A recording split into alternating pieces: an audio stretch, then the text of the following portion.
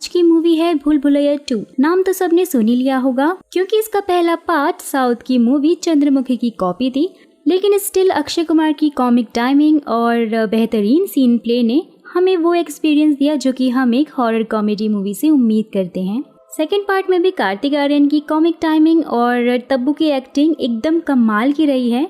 बात करें कहानी की शुरुआत की तो हम राजस्थान के एक गांव के हवेली के बाहर बहुत सारे लोगों को इकट्ठा हुआ देखते हैं, क्योंकि उस हवेली के अंदर एक पंडित जी मंजूलिका की आत्मा को कैद करने की कोशिश में जुटे हुए थे।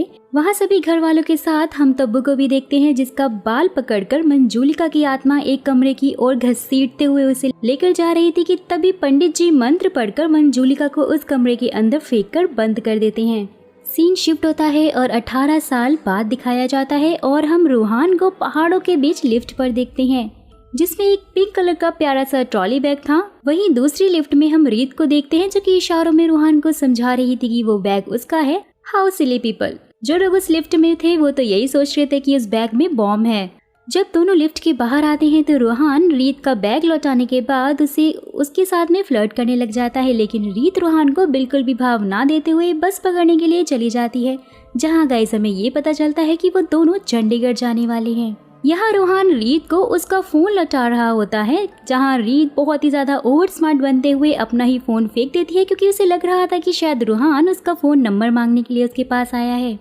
तो दोनों सेम बस में चंडीगढ़ की ओर निकल पड़ते हैं। रूहान रीत को अपना फोन देता है और रीत अपनी भाभी, जो कि कोई और नहीं बल्कि तब्बू है, वो उनसे बात करती है, जहां ये रिवील होता है कि रीत की शादी होने वाली है और इसलिए वो शादी के बंधन में बंधने से पहले चैन की सांस लेने के लिए इन खूबसूरत पहाड़ियों के बीच में आई हुई थी। यहाँ रीत की बात उसके सिबलिंग सिस्टर, जिसका नाम त्रिशा है, उससे होती है, जो कि उसे फटाफट से घर बुला रही होती है।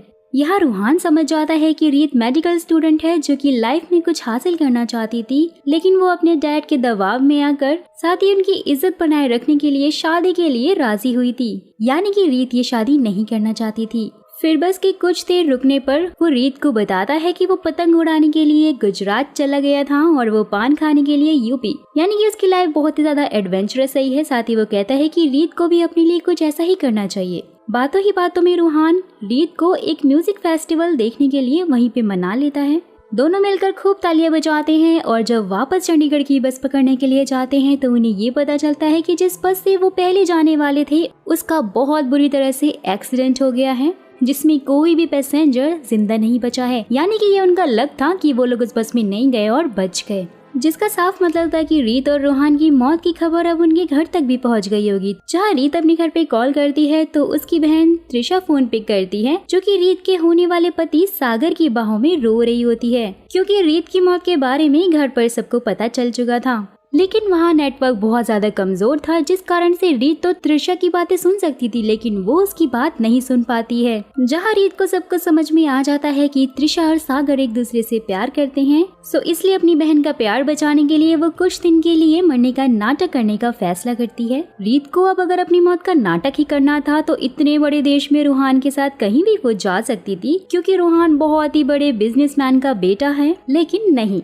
रीत मैडम रूहान के साथ अपने गाँव पहुँच जाती है। रूहान भी एक लड़की की मदद करने के लिए उसके साथ में पहुंच जाता है और अब वो दोनों उसी महल में छुपने के लिए जाते हैं जिसको 18 साल पहले बंद किया गया था।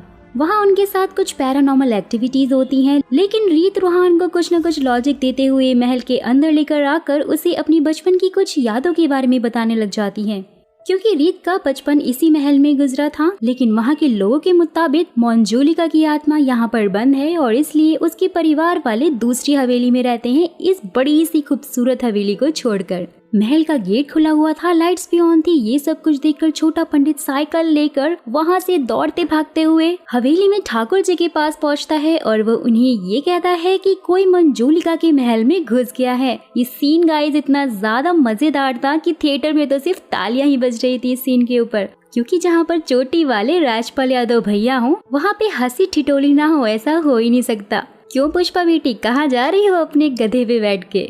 अरे बेटी पुष्पा, कहाँ जा रही हो अपने गधे पर बैठकर? तो ठाकुर जी के साथ उनका पूरा परिवार महल में आता है, जिन्हें आता देखकर रीत बहुत ज्यादा डर जाती है और वहीं पर छुप जाती है। रूहान भी वहीं सोफे पर बैठा रहता है और अब फिर रूहान इन सबको बेवकूफ बनाना शुरू करता है कि उसे आत्माएं दिखाई देती हैं और रीत की आत्मा उसे यहाँ पर लेकर आई है। जाहिर सी बात है भाई कि रूहान की बातों पर तो किसी को भरोसा होगा नहीं, तो इसलिए रूहान दिमाग लगाते हुए उन्हें रीत के बचपन की बातों को उन सभी के सामने बताने लग जाता है, जो थोड़ी देर पहले ही रीत ने खुद रूहान को बताई थी। रूहान की ये सारी बातें सुनकर सबको यकीन होने लग गया था उसके पर, लेकिन पोटलू नाम का छोटा समझदार बालक रूहान को डंडे से पिटाई करते हुए इससे पूछता है रीत उसे इस महल में लेकर क्यों आई है, जहाँ रूहान दोबारा उन्हें बेवकूफ बनाता है कि रीत की ये अंतिम इच्छा थी कि उसका श्राद्ध इसी महल से हो। नेक्स्ट डे सब इसी महल में शिफ्ट हो जाते हैं और अब रीत के चौथे पर सब रो रहे होते हैं। वही रीत चोरी छुपे खाना ठूस रही होती है। महल बहुत ज्यादा बड़ा था और रीत ज्यादातर रूहान के कमरे में ही रहती थी और इसलिए उसे पकड़े जाने का कोई डर ही नहीं था। रूहान माहौल को सही करने के लिए ठाकुर जी के पास जाता है और उनसे कहता है कि सागर और त्रिशा की शादी हो जानी चाहिए क्योंकि यही रीत की अंतिम इच्छा है। फिर क्या, रूहान की वजह से छोटे पंडित और उनकी गैंग का नुकसान हो रहा था और वो ये समझ गए थे कि रूहान झूठ बोल रहा है। जहाँ त्रिशा और सागर भी शादी के लिए तैयार हो जाते हैं क्योंकि वो तो पहले से ही एक दूसरे को बहुत पसंद करते थे, तो अब उनकी शादी उसी तारीख को होगी जिस दिन रीत की शादी होने वाली थी। रूहान ने अचानक से मैयत के माहौल को खुशी में बदल दिया था और जिसे देखकर रीत बहुत ज्यादा इम्प्रेस हो जाती है। रूहान रीत की आत्मा से बात करने का फायदा उठाकर एक लड़की से चिपक लेता है, जहां रीत बहुत ज्यादा जेलस होती है और अब रूहान के साथ हम भी ये समझ पाते हैं कि रीत रूहान के काफी करीब आ रही है। वहीं त्रिशा और सागर भी अपने प्यार की सच्चाई बताने के लिए रीत की आत्मा के पास आते हैं, तो रूहान उन्हें समझा देता है कि उनके प्यार के बारे में रीत को तो पहले से ही पता है। रात में रूहान को कुछ अपने हमशक्ल्स दिखाई देते हैं उसी रूम के बाहर जहाँ पे मंजूलिका कहती कि तभी वहाँ पर अंजू भाभी आकर रूहान को होश में लेकर आती हैं और उसे उस रूम से दूर रहने के लिए बोलती हैं। नेक्स्ट डे छोटे पंडित और उनकी गैंग रूहान का झूठ सबके सामने लाने के लिए उसे गांव के मुखिया की मरी हुई माँ के पास लेकर आते हैं, जिसकी अभी अभी मौत हुई थी।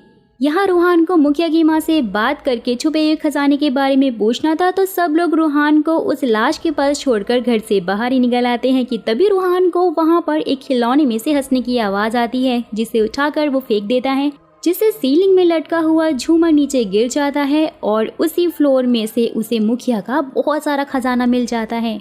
ये सब कुछ देखकर गांव वाले अब रूहान को रूह बाबा घोषित कर देते हैं और रूहान भी समझ गया था कि पंडित और उसकी टीम मिलकर उसे एक्सपोज करना चाहती है।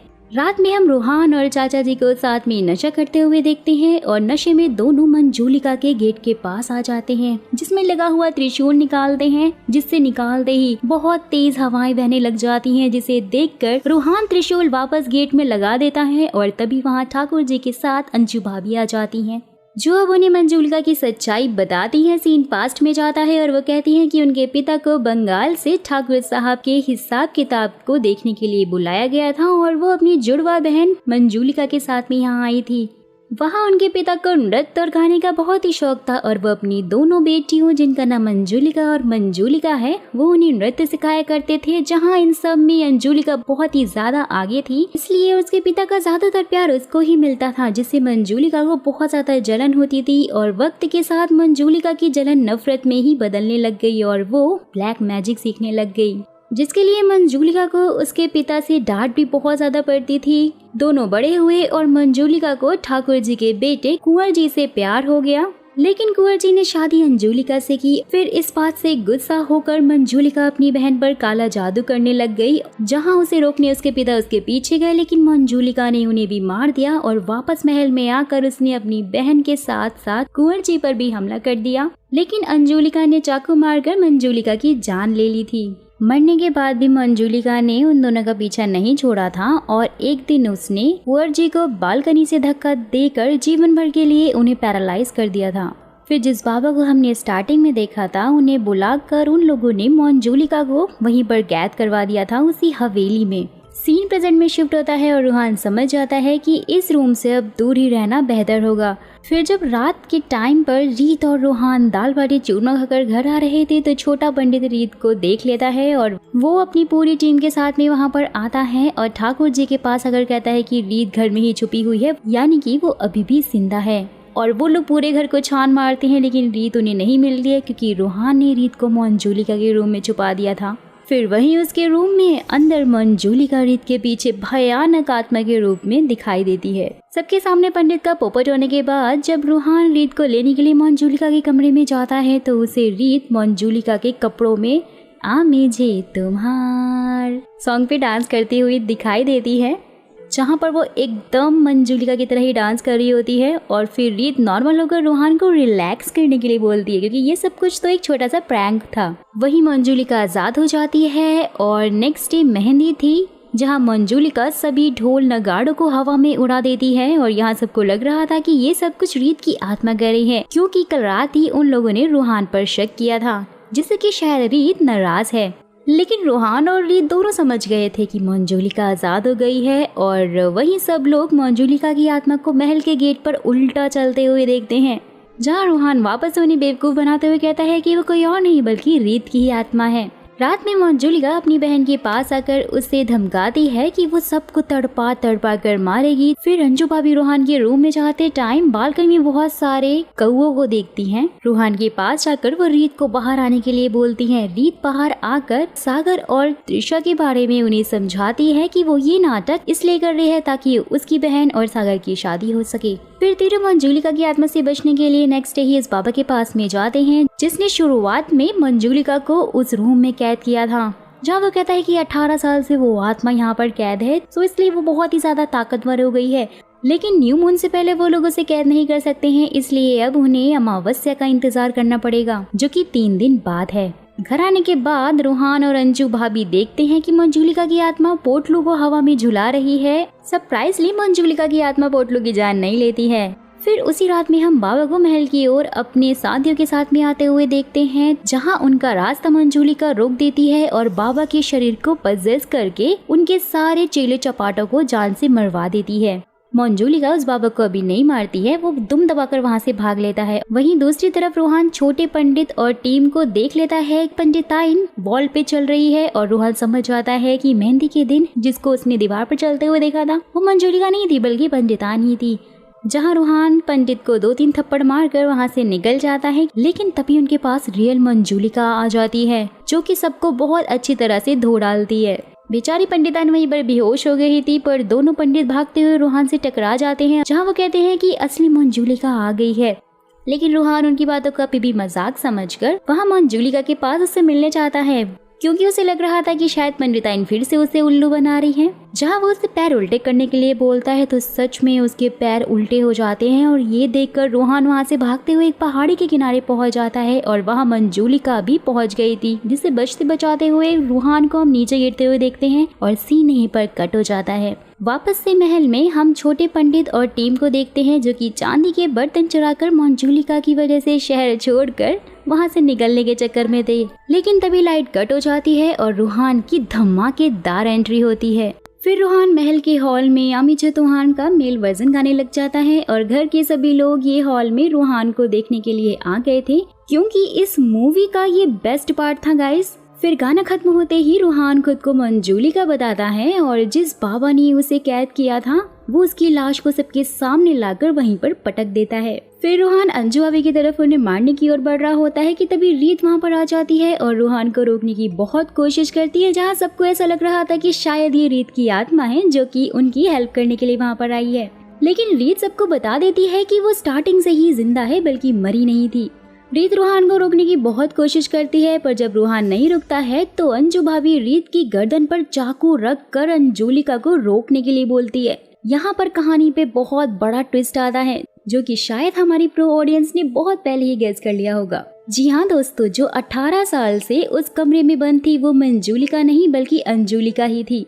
तो ये कैसे हुआ ये मैं आपको अभी बताती हूँ। जब मंजूलिका ने अपने पिता को मारा था तब उसने वही काले जादू की मदद से अंजूलिका के शरीर को अपने वश में कर लिया था और फिर मंजूलिका ने अंजूलिका का भेष बदल लिया था। भेष बदलने के बाद मंजूलिका कुंवर जी के साथ जाकर वहीं पे सो गई थी और फिर उसने असली मंजूलिका से हमला करवाया और उसे मार दिया।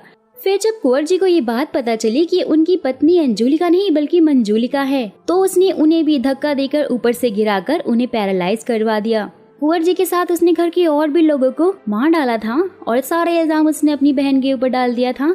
और हम देख पाते हैं कि जब मंजूलिका आजाद हुई थी तब वो मंजूलिका को मारने सबसे पहले उसके रूम में गई थी, लेकिन मंजूलिका ने उससे कहा कि अगर उसने अभी उसे मार भी दिया वो घर वालों को सच्चाई कैसे बताएगी और कोई भी उसकी बातों पर यकीन नहीं करने वाला कि 18 साल से जो उस रूम में कैद है वो मंजूलिका नहीं बल्कि अंजुलिका है। फिर अब सीन शिफ्ट होता है और हमें दिखाया जाता है कि जब रूहान पहाड़ से नीचे गिरने वाला था, लेकिन तभी अंजुलिका ने उसे बचा लिया था और रीत के साथ उसे यहाँ से जाने के लिए बोला था। और ये सुनकर रूहान भी समझ गया था कि वही असली अंजू भाभी है जो कि अब मर चुकी है। वहीं दूसरी तरफ घर में दो बहनों के बीच में लड़ाई शुरू हो गई थी और अंजुलिका की आत्मा मंजूलिका को उसी कमरे में कैद कर देती है जिसमें वो पिछले 18 सालों से कैद थी। फिर अंजुलिका रीत और रूहान को थैंक्स बोलती है क्योंकि उनके झूठ की वजह से ही आज सबके सामने उसका सच आ गया था। फिर मूवी के एंड में हम अंजुलिका को उसी रूम में जाते हुए देखते हैं और ठाकुर साहब की पूरी फैमिली उस महल को छोड़कर हवेली में लौट आती है और यहाँ ये कहानी खत्म हो जाती है।